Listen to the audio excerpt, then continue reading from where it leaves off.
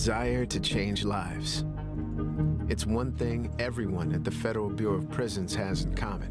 Recruiting with a more humane public face to try to turn the page on years of mismanagement, corruption and tragedy across America's prisons. One suicide is one suicide too many, and I would say the same for homicides. The agency's new director is determined to do something about nearly 1,000 deaths in custody last year that went unreported, according to a congressional inquiry. And there were more than 4,000 deaths in custody in 2019 alone. While that's a small decrease compared to 2018, that figure included 143 homicides.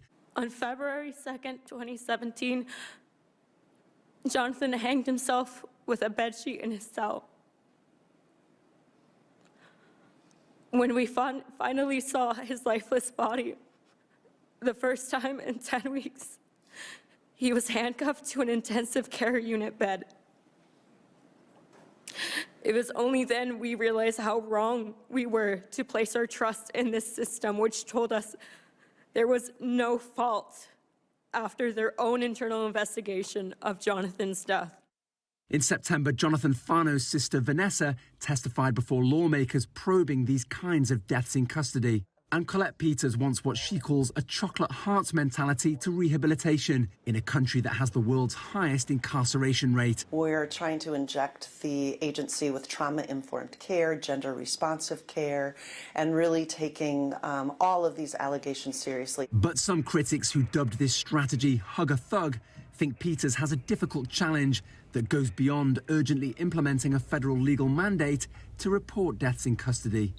As Congress continues to pressure the prison service to reform itself urgently, at one point in 2021, a third of federal correctional facility vacancies were unfilled, leaving cooks, nurses and teachers guarding inmates, some of whom were escaping in droves.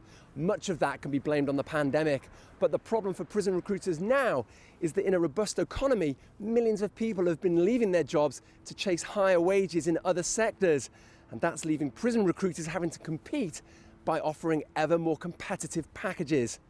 Owen, Fairclough, CGTN, Washington. Nearly